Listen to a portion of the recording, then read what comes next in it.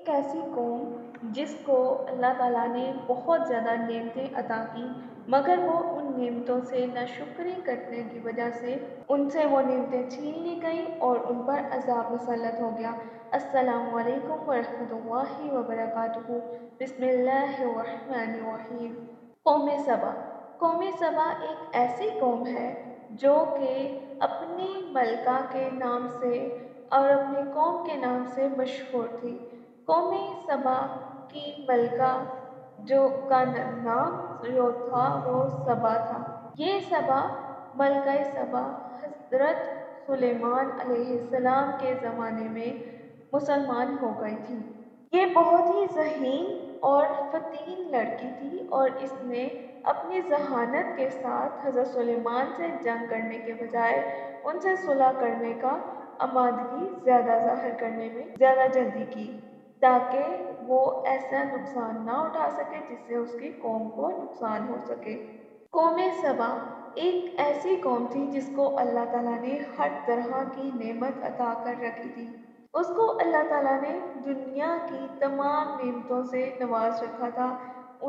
وہ جو علاقہ تھا وہ ہریالی والا علاقہ تھا اور ہر طرف سرسبز علاقے، ہر طرف سرسبزہ اور پانی ہر جگہ سے ان کو میسر تھا۔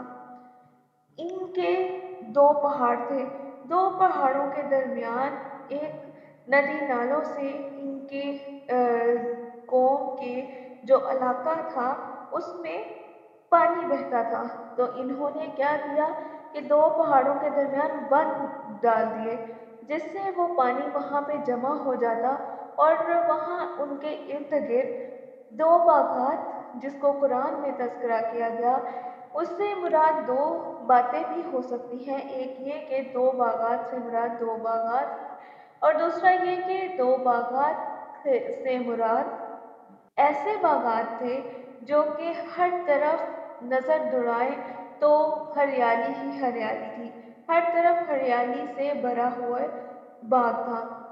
اللہ تعالیٰ نے ان کو ان نعمتوں کے عوض میں صرف یہی کہا کہ یہ لوگ صرف شکر گزاری کا مظاہرہ کریں، مگر یہ ناشکری کی انتہا بہت کرتے تھے۔ ان کے جو علاقہ تھا اس میں پھل بھی اس قدر ہوتا کہ بے انتہا پھل ہوتا کہ یہ لوگوں کو کمی کرنے کا موقع ہی نہ دیتا۔ ہر طرف سے ان کو فراوانی ہی فراوانی تھی۔ ان نعمتوں کی فراوانی نے ان کو اللہ تعالیٰ ہی بھلا دیے۔ ان کو بارہا تبلیغ کی گئی کہ ایسا نہ کیا جائے، مگر انہوں نے ایک نہ سنی۔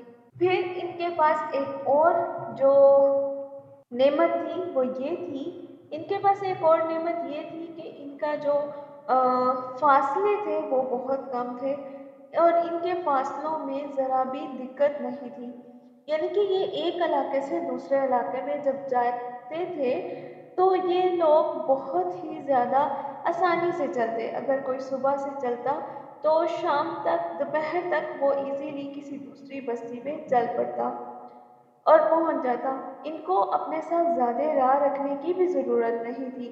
پھر دوسری بستی سے اپنے قیلولہ کر کے، کھانا پینا کر کے یہ آگے تیار ہو سکتے تھے۔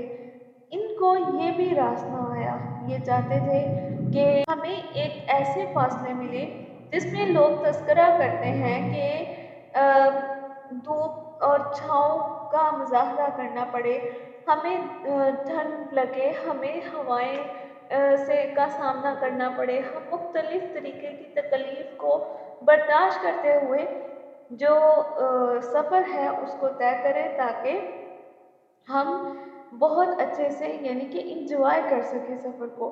مگر ہوا یہ کہ اللہ تعالیٰ کو ان کی ناشکری بہت ہی ناپسند آئی، اس وجہ سے اللہ تعالیٰ نے ان کو عذاب ان پر مسلط کر دیا۔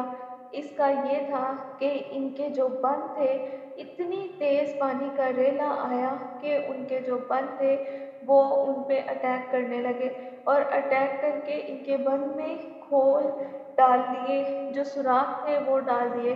پھر ایک دم پانی آیا اور پانی نے ان کی پوری بستی الٹا کر رکھ دی۔ ان کو بہت سمجھایا گیا مگر انہوں نے ایک نہ سنی اور ہر طرف سے انکار کرتے رہے۔ جب انکار کا مسلسل عمل اللہ تعالیٰ ان کا دیکھتے رہے تو ان کو پھر اللہ تعالیٰ نے عذاب الہی سے دوچار کیا۔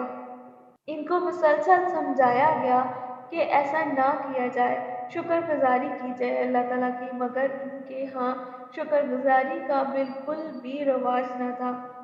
اور ایک دم سے جب انہوں نے اپنے اوپر عذاب دیکھا تو یہ پریشان ہو گئے اور یہ مختلف علاقوں میں چلے گئے۔ اسی طرح اللہ تعالیٰ نے قوم سبا کو ٹکڑوں میں بدل دیا اور ان کی حالت بری کر دی، کیونکہ انہوں نے اللہ تعالیٰ کی نافرمانی کی تھی، اور اللہ تعالیٰ کی نافرمانی کرنے والوں کا یہی انجام ہوا کرتا ہے۔ یہ تھا واقعہ قوم سبا کا، جو کہ قرآنی واقعہ تھا، قرآن سے لیا گیا، اور یہ بالکل صحیح ہے جو کہ اللہ تعالیٰ کی زبان سے، اللہ تعالیٰ کے کلام سے جو میں نے واقعہ لیا ہے یہ بالکل درست ہی ہو سکتا ہے۔ اور آئندہ ہم آپ کے سامنے مزید واقعات کو لے کر آئیں گے۔ اپنا خیال رکھیے گا۔ السلام علیکم ورحمۃ اللہ وبرکاتہ۔